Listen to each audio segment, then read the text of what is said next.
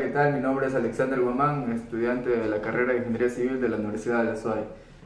A nuestro grupo le tocaba exponer acerca de las funciones matemáticas. Como primer paso voy a dar la definición de dichas funciones. Se puede decir que es la relación entre dos conjuntos, siendo este el dominio y el rango. La única condición que existe es que para cada valor numérico existe uno y solo valor del rango. Como variable dependiente e independiente tenemos a la variable independiente x y la variable dependiente f de x, donde nos dice que la variable independiente puede tomar cualquier valor numérico dentro de un conjunto de números específicos que va a hacer variar a la variable dependiente.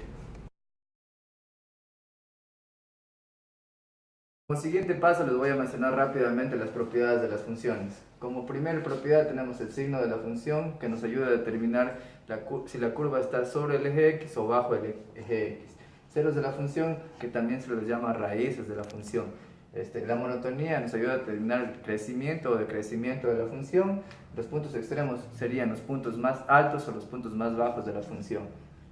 Como acotación, tenemos una función se dice acotada cuando el recorrido está entre dos puntos, por lo tanto su gráfica está entre dos rectas.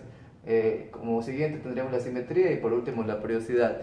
Es una función periódica si se repite cada cierto intervalo de amplitud.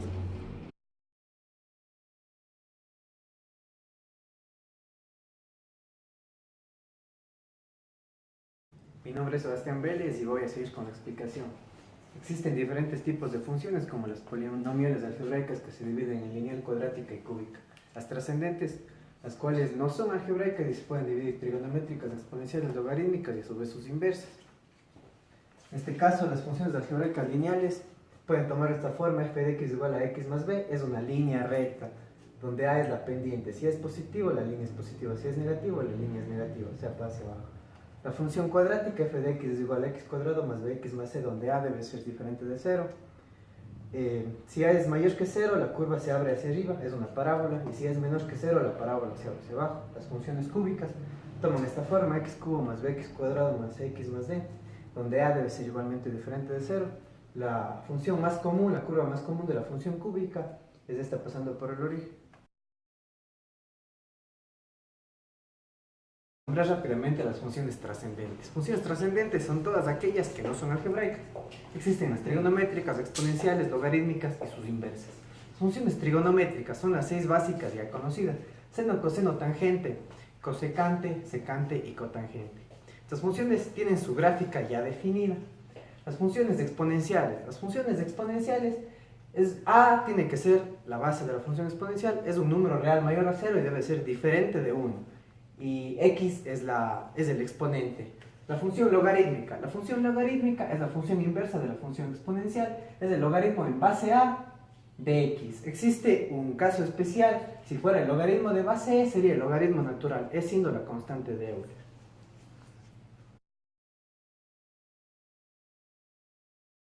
Hola, soy Jorge. A continuación seguiré con la explicación de los tipos de funciones, en este caso las especiales.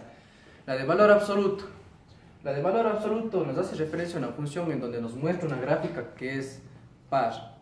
Esto quiere decir que es simétrica en el eje Y, tanto a la izquierda como a la derecha. También nos muestra que su representación es desde x hacia más infinito, por tramos. Se dice que esta función son funciones definidas por tramos. Esto quiere decir que los valores de y van a estar dependiendo de intervalos de x. La función mayor entero. La función mayor entero de x hace corresponder a cada número el real, el número inmediato inferior. Por ejemplo, si es que tenemos x igual a 6,5, el entero inferior sería 6. Función signo. La función signo de un número real x es una función de valor real cuya regla de correspondencia viene dada por: para que sea menos 1 será siempre y cuando x sea menor a 0. Para que sea 0 si x es igual a 0, y para que sea 1 si x es mayor a 0.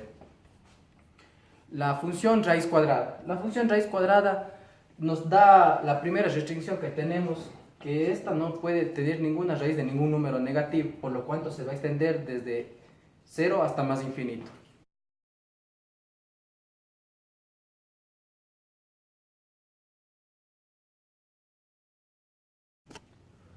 Como siguiente paso vamos a hacer el análisis de la función. En este caso es una función racional. Como primer punto vamos a analizar el dominio de la función. El dominio de todas las funciones es el conjunto de valores de las variables independientes para los cuales cumplen la función.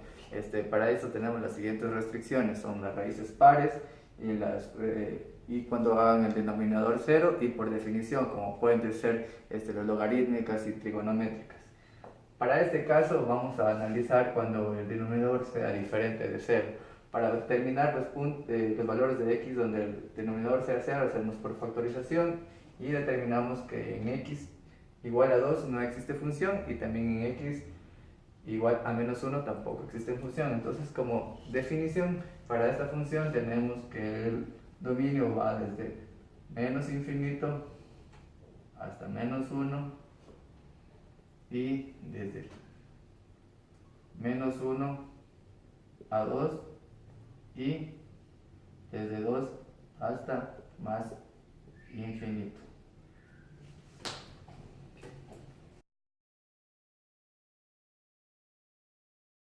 Como siguiente paso tenemos el rango, que es son todos los valores de la variable dependiente que hacen que se cumpla dicha función. Para un mejor entendimiento y análisis del rango de esta función, vamos a dejar para el final, cuando esté listo el bosquejo, y poder determinarlo de una mejor manera. Como siguiente tenemos los cortes. Los cortes son las intersecciones de la función con los ejes x y con los ejes y. Con el eje x cuando y o f de x sea igual a 0. En este punto, cuando y es igual a 0, analizamos y nos da una inconsistencia. Entonces esto quiere decir que la función no corta en el eje x. Y con el eje y tenemos cuando x es igual a 0. Analizamos el punto 0 en la función y nos da como punto para x 0 y el punto y menos 1 sobre 2.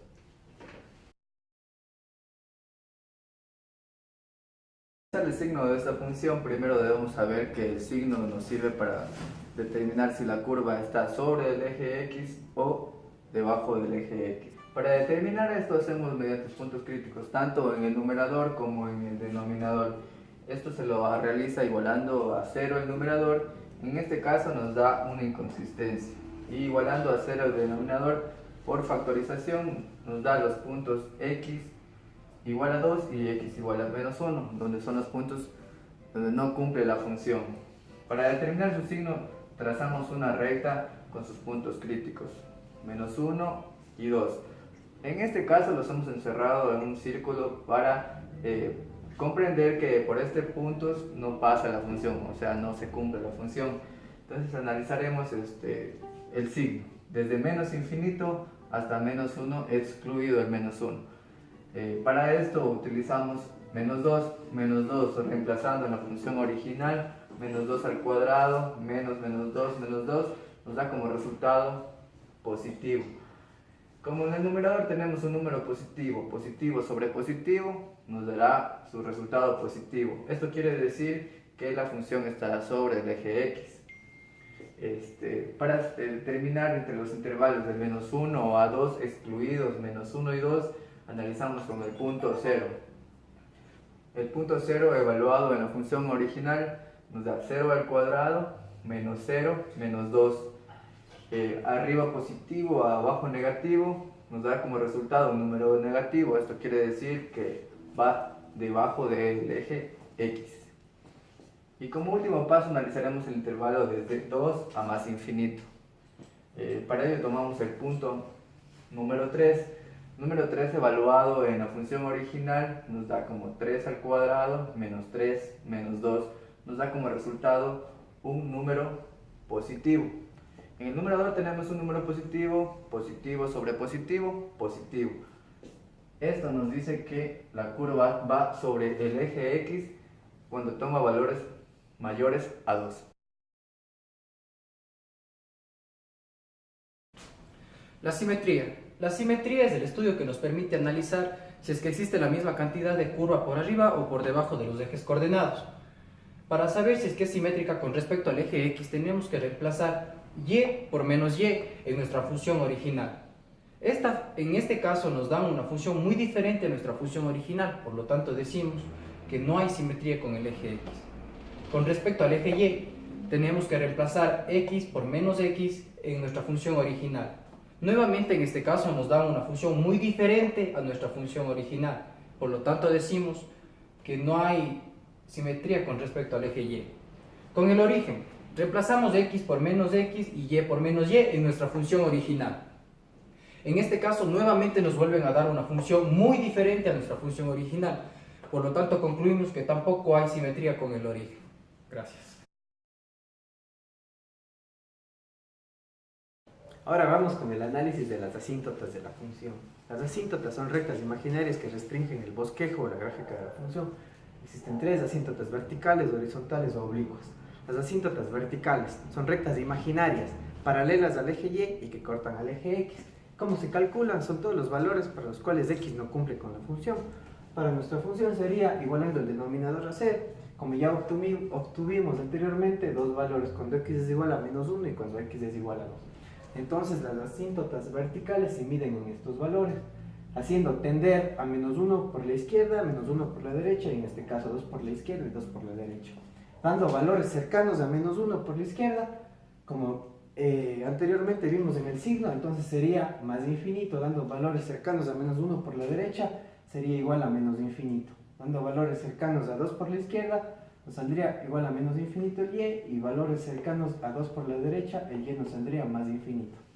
Las asíntotas horizontales son rectas imaginarias, paralelas al eje X y que cortan al eje Y. Como podemos ver en esta tabla, si tenemos una función racional, si n es menor a m, la asíntota horizontal y es igual a 0.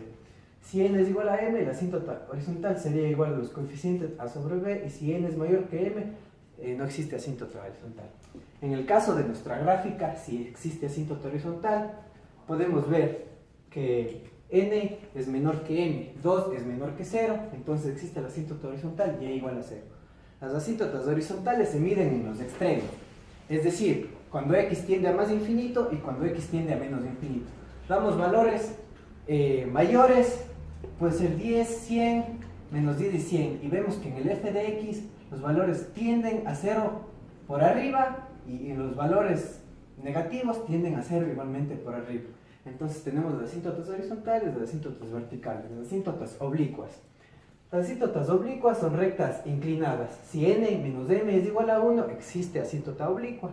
En el caso nuestro, n menos m es igual a menos 2, por lo tanto no existen asíntotas oblicuas.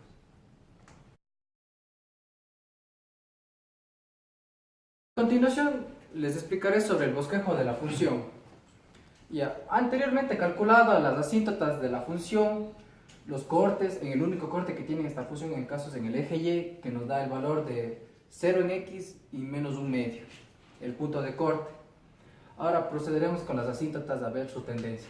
En el caso de la vertical, cuando x es menos 1, la asíntota vertical en menos 1. Cuando x es menos 1 y tiende hacia la izquierda, y es más infinito. Nos saldría por acá. Cuando x es menos 1 y tiende hacia la derecha, y es menos infinito. Saldría por acá. Cuando x es igual a 2, cuando x es igual a 2 y tiende hacia la izquierda, y es menos infinito. Nos sale por acá. Cuando x es igual a 2 y tiende hacia la derecha, nos sale más infinito. Estas son las tendencias en la asíntota vertical. Ahora en el caso de la horizontal, la asíntota horizontal nos salió y igual a 0. Cuando x tiende a más infinito, este nos dice que y se aproxima a 0, pero por arriba de la asíntota. Y en el caso que x se tiende a menos infinito, y se aproxima a 0, igualmente por arriba de la asíntota. Finalmente nos saldría una gráfica así. Tomando en cuenta el corte en el eje Y, el único que tenemos en el caso de esta función.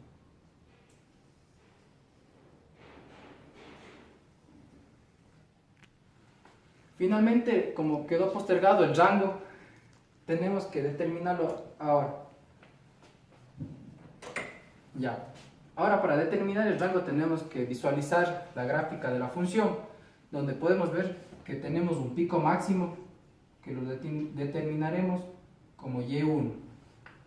Como podemos ver que la gráfica se extiende desde menos infinito hasta Y1, incluido Y1. Y después la gráfica desaparece hasta 0, pero que no está incluido porque la tendencia siempre va por encima de 0, pero nunca llega a ser 0, hasta más infinito. Todo esto incluido. Este debería ser el rango de nuestra función.